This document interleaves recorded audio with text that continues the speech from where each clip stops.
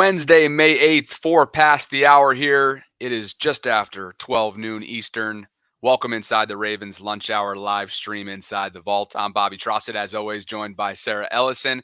This live stream is brought to you by our friends at GEHA, that's Government Employees Health Association, and we're glad that you're with us. Lots to dive into over the next hour, beginning with the specifics to what we already knew, and that was the new look Lamar Jackson physique that he showed up with this offseason. So he actually himself, in a recent video that was published by, I think, Complex Sports on Twitter, gave the details of where he is right now weight-wise, gave you a shout-out in the process because of a tweet that you posted and a number of others, which was really cool because I recognized a lot of the Twitter handles that were in the Ravens community. So we'll dive into that. Robert Griffin III joined us a couple weeks ago for the NFL draft, and he talked about the new physique and what it means. And also, I thought kind of had really some good remarks in terms of, hey, Lamar Jackson never does anything by mistake.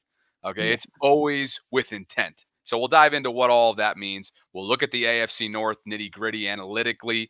The schedule release. Steelers are trying to make a move, man. I don't like it. They're trying to make a move that I think that Ravens fans would be jealous of. So we'll get to that.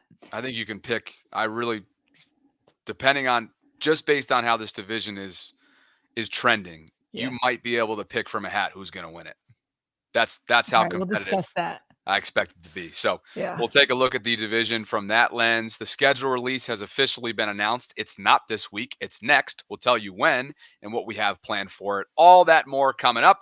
But we begin with Lamar Jackson detailing where he is right now weight-wise. And here's a 10-second snippet from a more than 2-minute long Twitter video of him going through tweets, some of which have poked fun of him.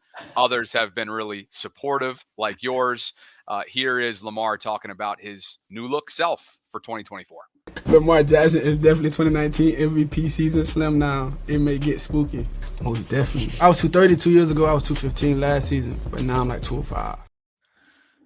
205 at the current side. He said he's 215 last season. Is that what he said? Let's run that back. Do it again. Lamar Jackson is definitely 2019 MVP season. Slim now. It may get spooky. Most definitely. I was 230 2 years ago. I was 215 last season, but now I'm like 205. Okay. What was he in 2019? I wonder. I wonder too.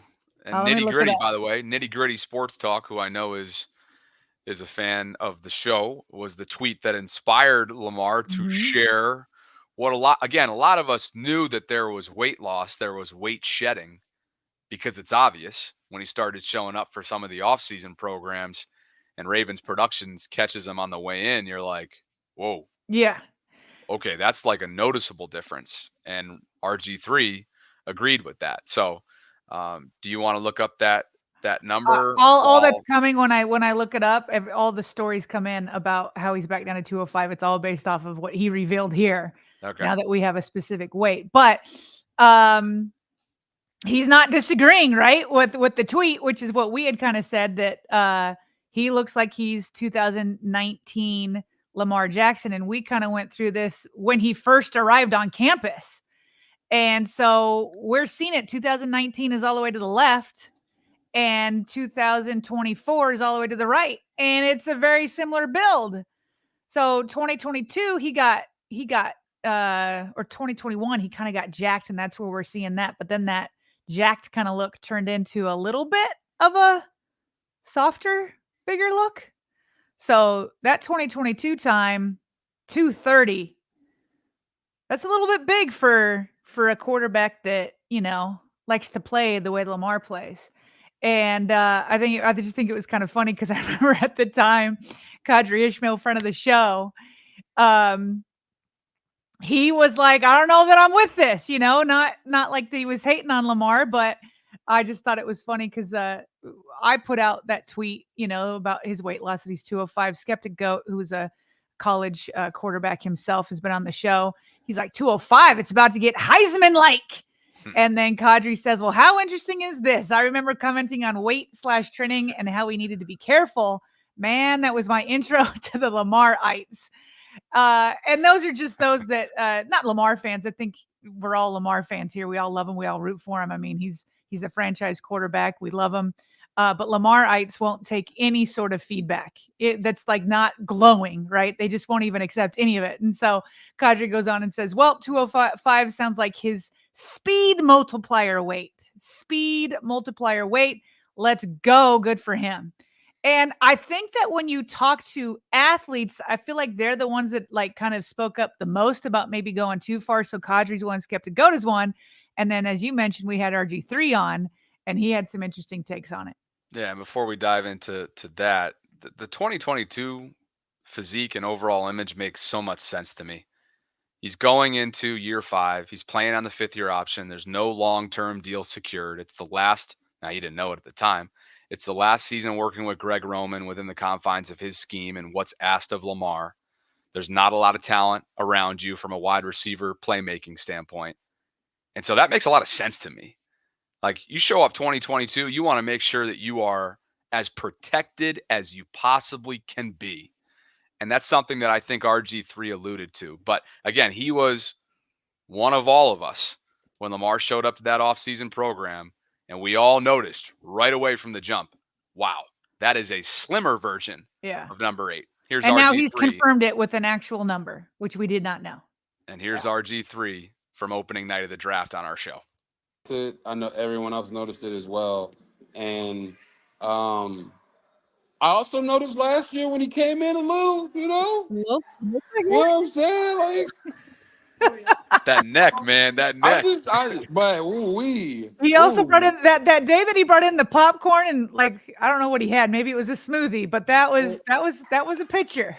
Well, the wind got him badly on that. We were all just noticing things. You know what I'm saying? We was noticing the noticeables. I just minded my own business, okay? And you noticed. And that's what I do too. I don't comment on it. I just go about my business and I notice the noticeables. And I think when you see a guy slim down, it's not to say that he wasn't on a mission last year, but he's really on a mission this year. And putting in that work. One of the things that we always said was like when Lamar becomes a pro's pro and does everything the right way, man, like he still hasn't even touched the ceiling of what he can become. So I see that and I'm like, he's putting in work, man.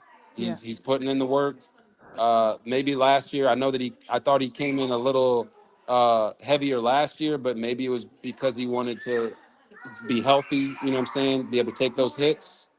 And this year, maybe he's slimmed down a little bit because he's like, I don't need to take those hits because I'm Lamar Jackson and I'm the most elusive quarterback in the world, in the galaxy. You know what I'm saying? At least the Milky Way. That's all I know about.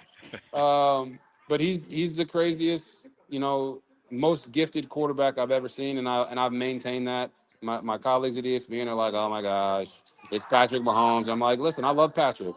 I know Patrick Mahomes' trainer. They're great. They're phenomenal. Lamar Jackson is way more talented. It's just about him being able to get to that level and win multiple Super Bowls to prove it. So I see him, slim down. I'm like, all right, he's focused, ready to go. And whatever his mission is this year, it involved him slimming down because he doesn't do anything on accident. I'll tell you that right now. He doesn't do anything on accident. So that's why I didn't say anything last year about when he came in a little heavier because I felt like he did it for a reason. And who am I to question that reason? But I have noticed that he has, he's gone on a Ozempic or something. I don't know. He doesn't do anything on accident. That's right. That's the key takeaway right there. This is a plan. There's a plan in place, just like there will be for Nate Wiggins to kind of beef up a little bit before his rookie season and every other rookie that the Ravens have. There is a plan, and Lamar Jackson, there is no exception, and he sticks to that plan.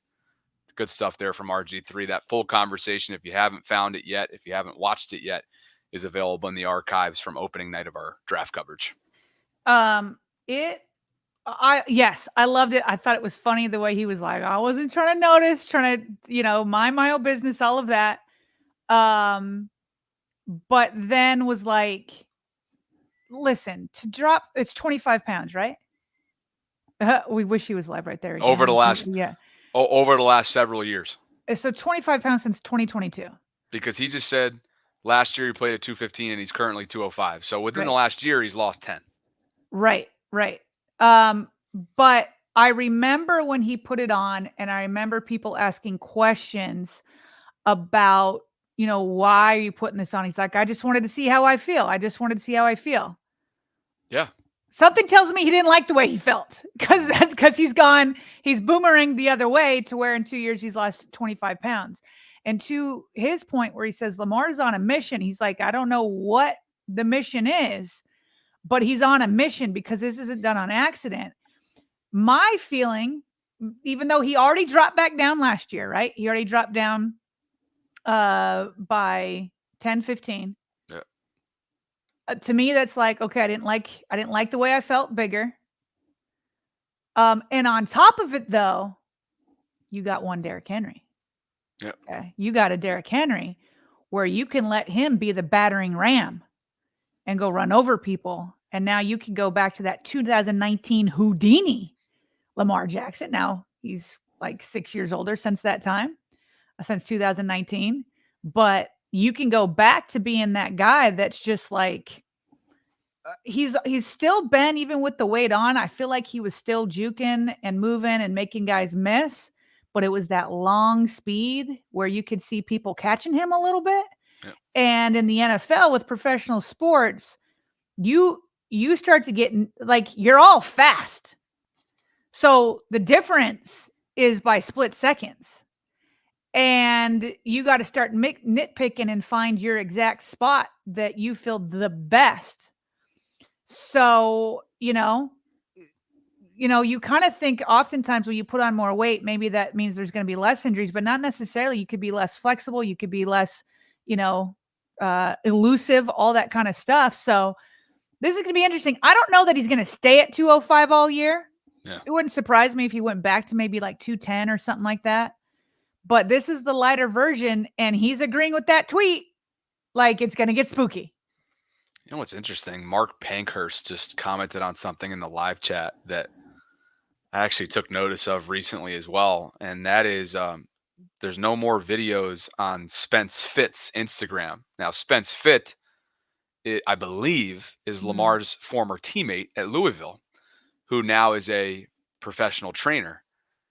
And a lot of the times when Lamar's future was uncertain in Baltimore, the things that we would get in the offseason on his social media were little snippets of his training sessions with Spence Fit. Perhaps a change was made there. I'm not saying that Spence is incapable, but perhaps when Lamar had signed his record-setting deal, he changed the way, from a resources standpoint, the way that in which he attacks off seasons. Who knows? Did he do that total gym with him? I don't know if the entire gym. I don't know if he was in on that with him, but I haven't heard a whole lot about that these days either. Yeah. Is that still a functioning gym? I mean, he hasn't been promoting it that I've been able to see, but let us know. Like, sometimes our audience is more on top of that than we are. Okay, Bobby, I found his 2019 weight. Where? I went to the Ravens media press room, went back to the 2019 Ravens media guide. He's lighter now than he was in 2019, at least the way they have him listed. Okay, they have him listed. In 2019, they got him at 208. Higher. Really? They got him at 212. 212. Now, sometimes those are exaggerated, right? Sometimes I don't know, but I mean, 212 is a very specific number. But point being, that's still, they're not going to add on 7 pounds out of nowhere. So the listed weight in 2019 on the Ravens official media guide in 2019 was 212. So he is lighter than, since I don't know what he was his rookie year. I guess I could go look that up too. But since his first MVP year, he's lighter than that. All right. That's why I think he still could go back up to 210. We'll see. He doesn't do anything by accident, quote unquote, there from Robert Griffin III. Interesting. Now, perhaps he felt like he lost just even a half a step last year and wanted to get that back. Those things matter. To him in these games. To all of us, like to scoring, to all of that. I feel like he also got caught. Did he get caught in the AFC Championship game? Oh man, I feel like he looked back really, really early when it was like in 2019, he would have been to the house. Yeah. So, but again, I mentioned that one of the reasons why I feel like he might feel fine being the more slender version of himself is because of one Derrick Henry. Yeah. This is cool. This was cool. This was pretty cool. A lot of people were tweeting at us. That's the reason I found out. That's how I found out too. So it was funny Yep. because I was my girls both had soccer games last night, overlapping. By the way, they both won. My youngest, 7, Ella, she scored a goal. It's the first time she's ever been a forward. She's always been like defensive minded, but they were like, no, go try it. And then what do you know? She scores. Let's go, Ella. So they won 4-1, and then London's team won 4-2. It was a great, great day. We come back. I cook some nice dinner. We have some chicken. We have some rice, all that kind of stuff. Yep. And I get them to bed, and I lay down. I'm like, let me check Twitter real quick. And then before I know it, I'm being tagged with you everywhere, because also in this video with Complex Sports, with Lamar reading off tweets, they pulled up a tweet of mine. So here we go. The NFL made a big mistake letting the Ravens put Lamar Jackson and Derrick Henry in the same backfield together. I stand on that too, Sarah. That's awesome. He refers to you by name. He's interacted with your Twitter posts often throughout, not often, but here and there for sure. Yeah. Over the years, and that one clearly stood out to him. So I think you got to use that as some leverage to get him on the show. Listen, we need to do a campaign here. I've definitely DM'd Lamar before, to no avail with the response. Now I'm sure his DMs are like nonstop because he has them open on Twitter. Yep. So I'm sure he's got a lot.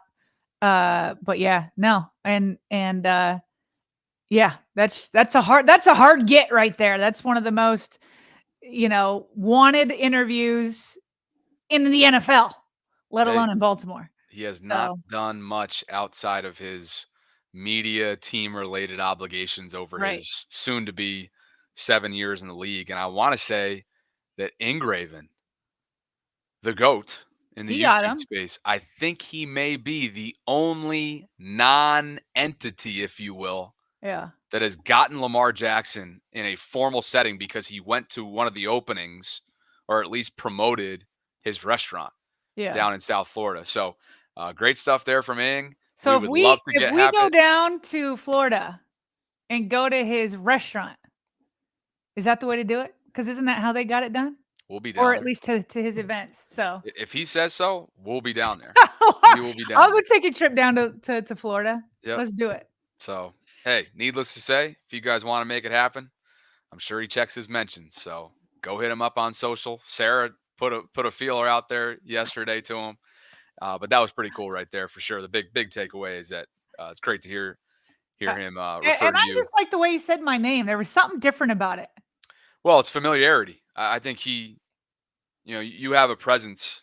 I always tell you this. You have a presence and a consistency on that app.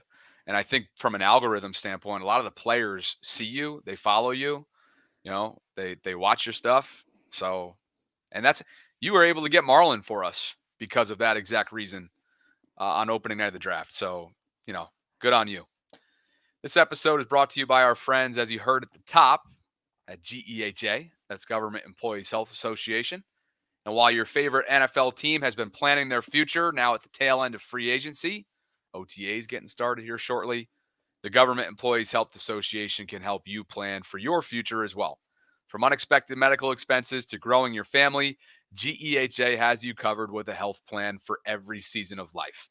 Government Employees Health Association has offered medical and dental benefits for more than 87 years, and they are designed to meet the needs of federal employees and retirees, military retirees, and their families. And with over 2 million members and counting, GEHA continues to serve those members and families who serve all of us every day. The Government Employees Health Association, a proud partner of the Baltimore Ravens and your friend in federal since 1937. You can learn more by visiting GEHA.com, and we have a direct link for you in the show notes below. And you know what? Tank is right. You have an inviting aura about you.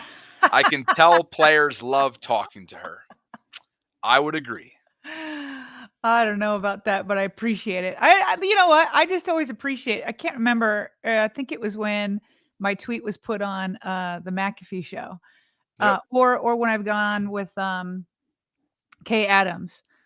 I feel so much love from our listeners because them tagging us last night or when those things have happened, like I almost feel like they're like celebrating with us. You know what I mean?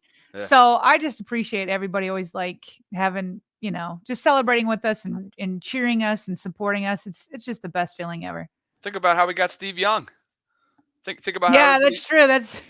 Think about how everybody stuck their neck out for me when Ray Lewis DM'd me. Yeah. That doesn't happen without his mentions getting flooded last year during the playoffs. Yeah. So it goes without saying, we have a great appreciation for you guys. And it looks like one correction here on okay.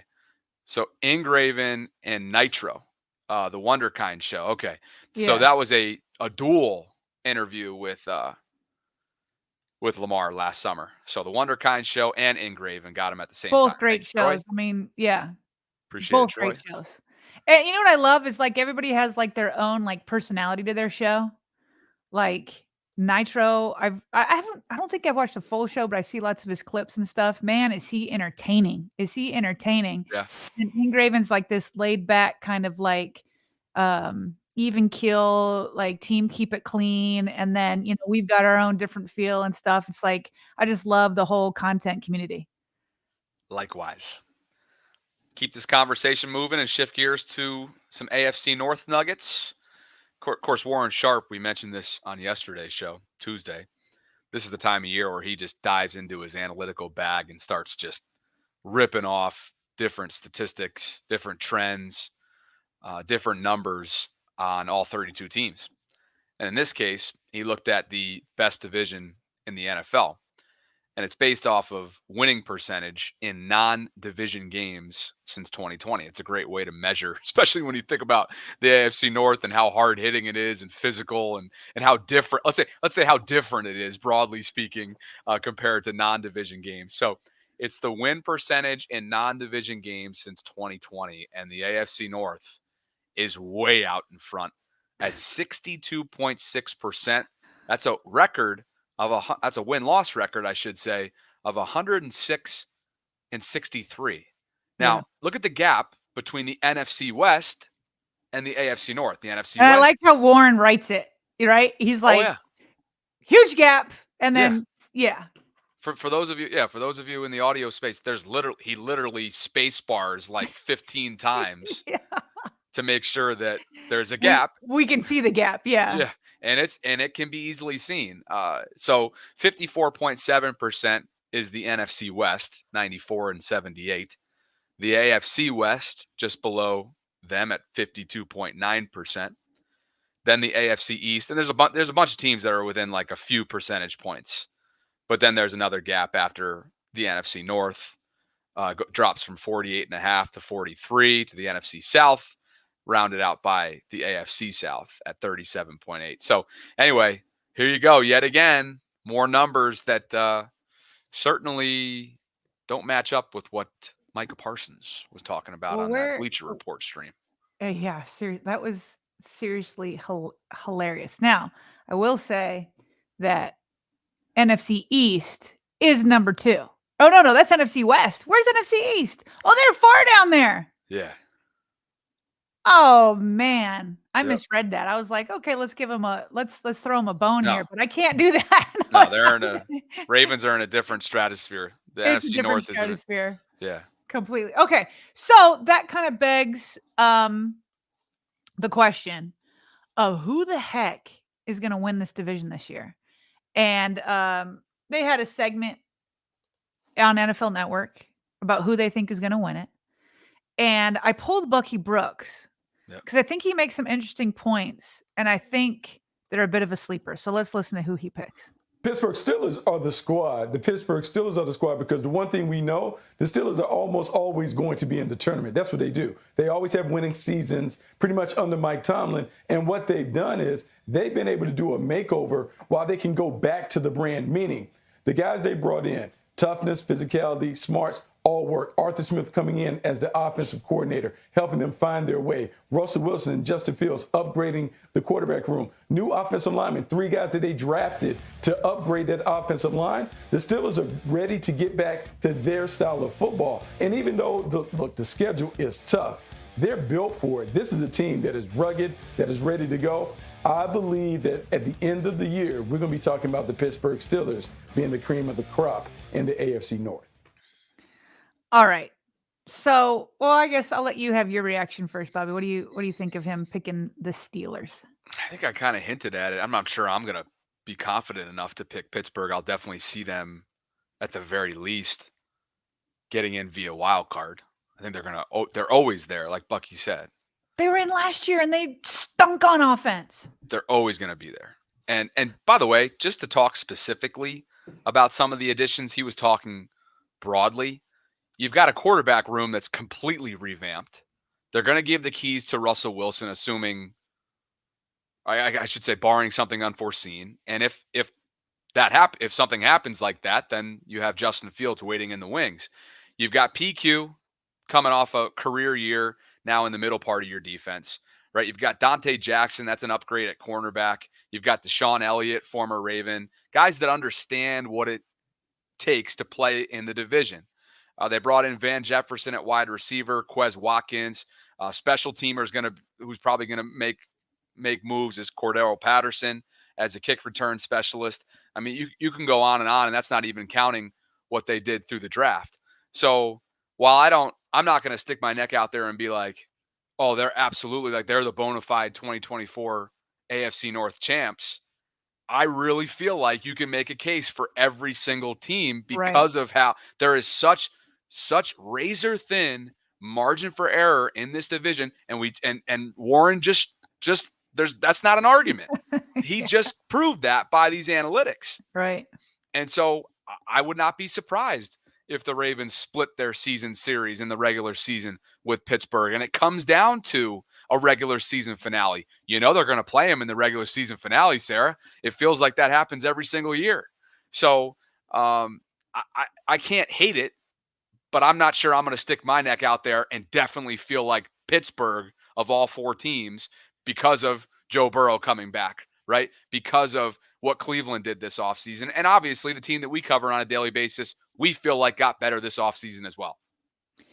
Yeah, so I think to your point where there's an argument that can be made for any team to win it. I mean, the fact that there's 3 playoff teams there last year and the one that didn't make it is because they lost their franchise quarterback, in Joe Burrow. And so I feel like the more popular picks to win it would either be the Bengals because Burrow's coming back or the Ravens, given Lamar Jackson and just what the Ravens made it the furthest last year and they're reloading. But I think if you were going to make a case for the Steelers, Bucky did a good job of making that specific case. And that case is like they're still transitioning, trying to find their guy at quarterback. Yep.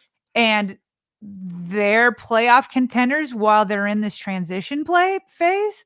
Like, how many teams do you see lose their franchise quarterback and then become bottom dwellers? Like, what the Packers have done is like not normal. What the Ravens have done between Flacco to Lamar is not normal. Yeah. Like, it's more, look at what's happening to the Patriots and how far they've fallen since Brady left. And they just still haven't been able to, like, look what's happened to the Falcons since Matt Ryan, got, and he's not even like, he was good, but not like the cream of the crop. Like, look at how many years the Browns have been struggling. And the Jets trying to find, like, it's on and on and on and on. And so his point is like, they have been good despite all this. And then all of a sudden you have 2 quarterbacks who are actually legitimate. And then on top of it, and this is what I wanted to transition to.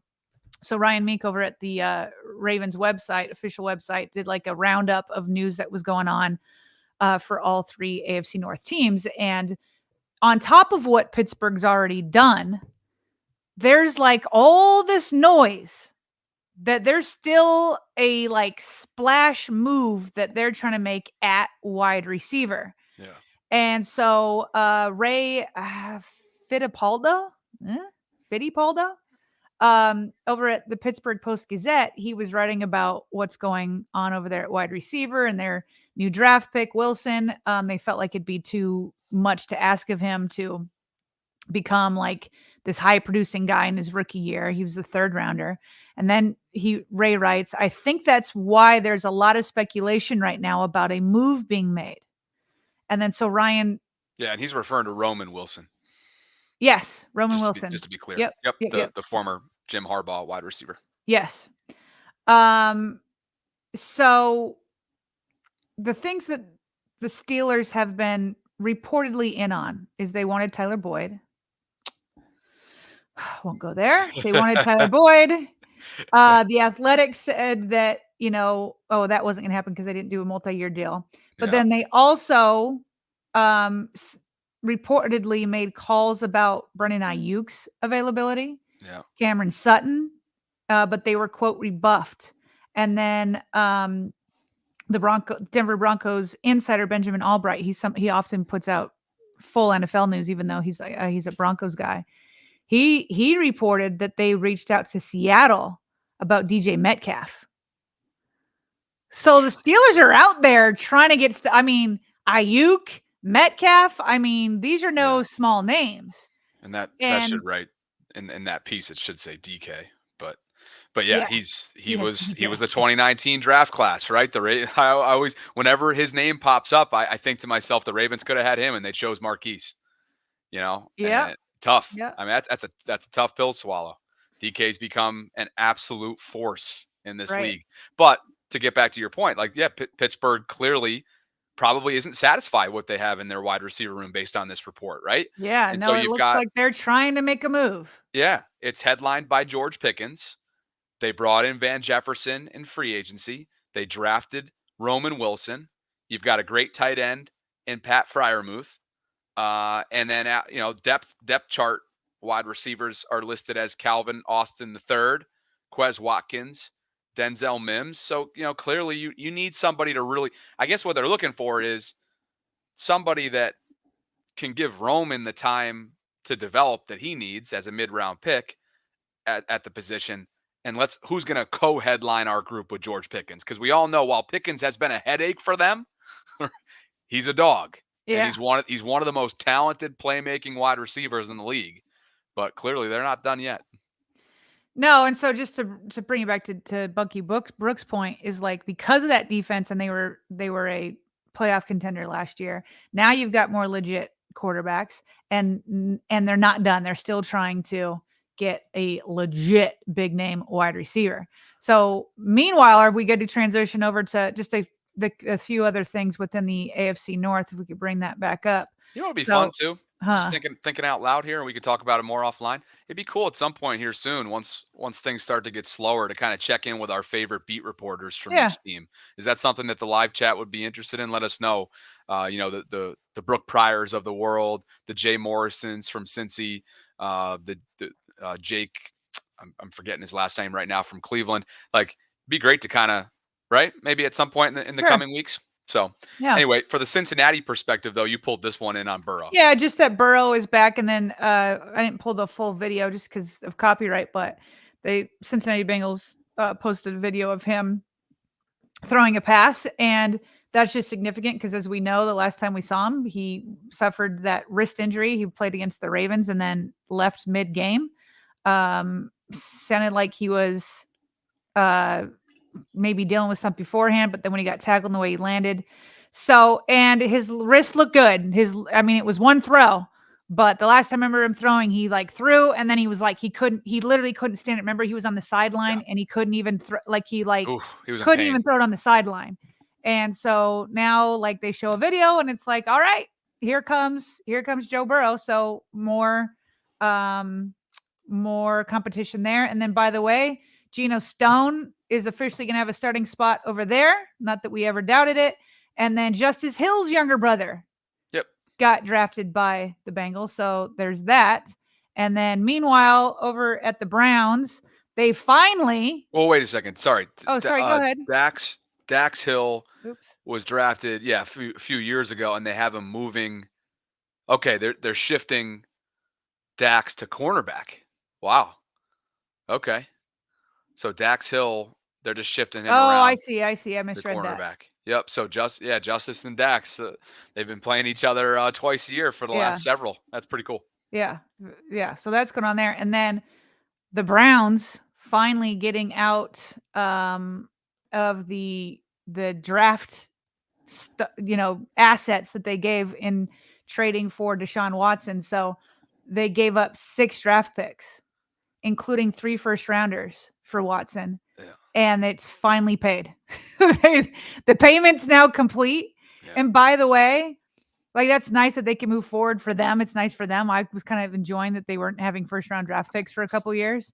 But Brian outlines what the Texans did with some of the draft picks. Yeah. The Texans have drafted 11 players and still have a 2025 second-round pick via the Vikings. Since trading away some guys. And then, so included among the Texans picked with the Brown selections. Here we go. This is the Browns just giving this to them. Yeah. Edge Will Anderson Jr., who was the reigning defensive rookie of the year, and then wide receiver Tank Dell. So those are two of the picks that they got with some of the Browns selections. Goodness gracious. Some are asking for a Houston breakdown because of just how dominant of an offseason, at least on paper, that they've had. And through the first half of the playoff game, perhaps we're giving the Ravens a run for their money. We play them in the regular season? Do you remember? I just think that, I don't think so off the top of my head, but I think it's more so like folks understand they're going to be there. Yeah. Like if they perform the way that they're projected to perform, then I think a lot of us would agree that, CJ Stroud and the new look Texans are absolutely going to be there. I'm just pulling up my opponents. I'm looking at it too. Opponents. I'm just looking at opponents. I do not see. No, we played the Texans in Houston. Excuse me. In 2024. Yep. On the road. That might be one of those games that folks would travel to, because not only is it a fun destination, but you've got a really, on paper, you've got a great game. So let's shift gears to that now. And Ben Fisher, sports media columnist, I believe that's the Sports Business Journal that he writes for. He had the scoop on the full NFL schedule release. It's slated to appear on, I don't know if it'll be NFL Network or across platforms. Sure. 8 o'clock Eastern on May 15th. That is a Wednesday of next week, so 1 week from today. And again, kind of what you pointed out, teams had been expecting this week because of just past calendar. Yeah, I expected Thursday. Yep. And the reason for the delay was not mentioned in the memo that that teams received. But what we know for sure is that we will have our annual schedule release live stream party virtually at 8 o'clock on May 15th. Tonight. Yeah. Well, and then so here's also what we do now is that the Ravens face a league high 10 teams that were in the playoffs in 2023. Yep.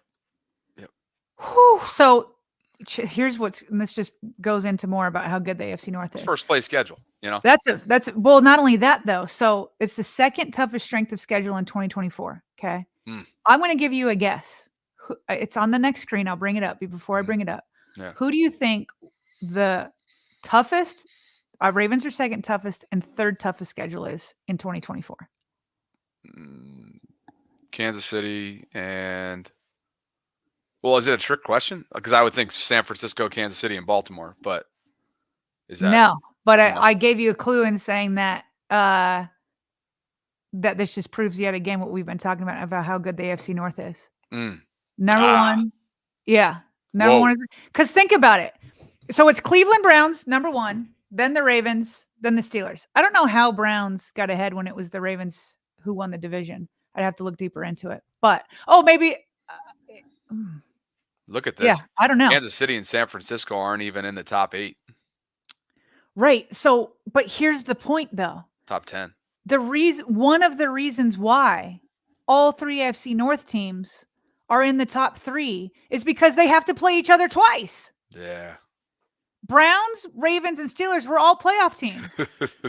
And they all have to play each other twice. Even Kansas City They've got Denver. They've got the Raiders. They've got Chargers. Like Chargers might be on the up and up, but that's not the toughest division in the world. Right. So this is really solely based on going back to what Warren has. I mean, when you're That's playing, yes. yeah, That when you're was the clue playing your right there. friends, when you're playing your foes here, twice a year at the very least. Sometimes the Ravens see one of these teams in the first round in January. That's gonna, yeah, okay, that makes a lot of sense now. Yeah. I didn't pick up on that. Yeah. So crazy stuff. But we'll break it all down next Wednesday.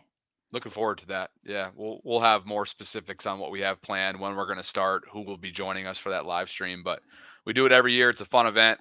Be More Around Town always sponsors it, which is a great way to go on these away trips with Be More at BeMoreAroundTown.com. Brian Snyder and his team do a fantastic job there. So looking forward to that. OBJ officially going pen to paper as a Miami Dolphin. Hard Rock Stadium there in the background. This man was born to play for this team in that market, wasn't he? Wasn't he? This is yeah. It's part of the reason why you didn't think he'd come to Baltimore, right? Is because you thought it'd be like a New York or like a California, now Florida kind of town. A little bit lifestyle, yeah. Yeah. But a year later, he lands in a market that just seemingly fits. But again, he proved me and others wrong a year ago with how great of a fit he was. I know the production wasn't up to the price tag, but I think we'll all kind of look back and appreciate his time and just really the cohesion, because I think that's what he really helped provide to that young wide receiver room. Yeah. So just reminder to Ocho Cinco, he will not be hitting 1,000 yards. If he hits 1,000 yards this season, I will be absolutely shocked. Yeah. Okay, if everybody's healthy and he hits 1,000. Yeah. Right. Because you've got a lot of mouths to feed down there. Not that he's not going to be a priority. I just think that not over Tyreek, he's not, and not over Jalen. So, Tyreek Hill and Jalen Waddle are going to get 1-2 targets every time, and they're deserving of it. They've been in the program, and they've been two of the best wide receivers in the entire league. This is pretty funny when this popped up yesterday, so I'll let you. Many of you have probably seen this from other content creators on Twitter and whatnot, but it's kind of fun. Baltimore Magazine is putting together some polls for the best of Baltimore readers poll, is what they're officially calling it. So I actually saw it from other content creators and other podcasters saying, "Oh, hey, I've been nominated," and I was like, "Wait, what is this?" So I went to go look it up, and hey, we made it in there too, Bobby. Yeah. We made it in there too. So you can vote hysterical. for. So I just cannot believe that they. You can edit and you can write in any name, and I'm like, oh. Well, you can, but I guess here's my question: you can write it in. Do all write-ins show up to be voted on? That's. Okay. So you tested it? As far as I know, yeah. Well, okay. no, I saw some folks online saying exactly that. But you know what? We're on the list. Hey, we're honored to be on the list. If you guys want to go ahead and check it out at Baltimore Magazine, of course we would appreciate it, and it's nice to be recognized. Isn't it? So we're in the Ravens Vault. We're officially the Vault, not the Ravens Vault, but the Vault. Just to be clear that we're not associated with the team. Yeah. So anyway, you go to sports media, then you go to local podcasts. So you can vote for the show here or any of these guys. There's a lot of good podcasts here. Love the guys over at Zone 32. There's a lot of other ones listed there. And then there's sports personalities. Yep. Look at you. Sports media personalities. So somebody must have wrote my name in there. Look at you. But look at the top of that list. Jerry Sandusky. It's a good That's group where to my be in. vote's going. That's a good group to be in. I might be partial to my guy Keith Mills. Oh, there you go, Keith Mills. My guy Millsy's on that list, so good stuff. Yeah. Love it, and appreciate Baltimore Magazine. 59 minutes of Lamar Jackson highlights have been posted within the last 24 hours to the NFL account. You clearly grabbed a screenshot quickly, 43 minutes after it was posted. Oh, I didn't. Somebody else did. Somebody else grabbed it. Yeah. And no, somebody else grabbed it, and I think somebody tagged me. But that's just listen. Is there ever going to be a day in my life where somebody would say, "Here's an hour-long highlights of Sarah Ellison that would keep you entertained for an hour"? No, these are like superstars, cream of the crop, best at what you do. If you've got time today, go watch full hour of Lamar Jackson highlights. He's done enough in this league that he's got a full hour of highlights so you could just watch back to back to back to back. He's probably got more than an hour at this point. they're just probably trying to be selective with what they have. Yeah. So, but yeah, that's, hey, if you got that time on I your want to know hands, what the editor had to do to put that all together. for real. Congrats to that NFL editor who put that. Hey, Just going out and finding all the highlights and putting them together. if you got time, And I on wonder your if they're hands in today- chronological order. Yeah. Yeah. Some people have to, hey, if you have that time, put it on in the background or whatever and watch the electricity that is Lamar do what he does on a football field. So maybe one day we'll get him inside the vault and we'd be thrilled to have him for sure. Maybe one day we'll do a Twitter campaign.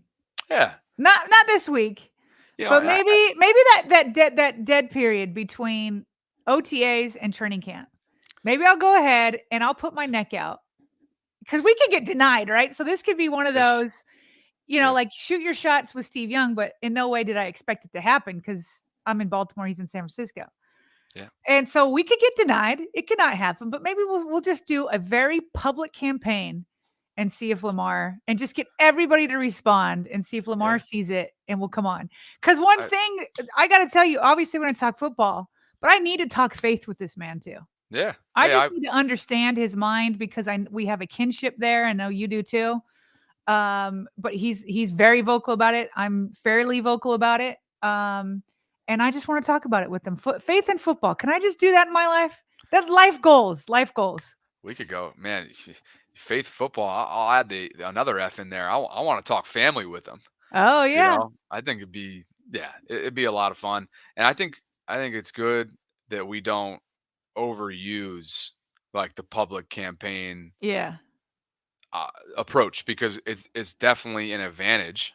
Yeah. We've definitely, a lot has come from that methodology, that type of strategy, and it all happens because of our loyal audience. But if you overuse it, it's like, So I like that we use it when we really need it, right? Yeah. And sometimes these things happen without even talking to each other. I just threw a prayer out for Ray. You threw you threw a DM at Steve. I mean, it's awesome. Yeah. So yeah, maybe something that we can continue to. And by the way, this is the time of year, we're coming up on that time of year, of course, with OTAs and whatnot that we'll be following closely. But this is a slow time of the year. And so if you guys have content ideas, we would love to hear from you.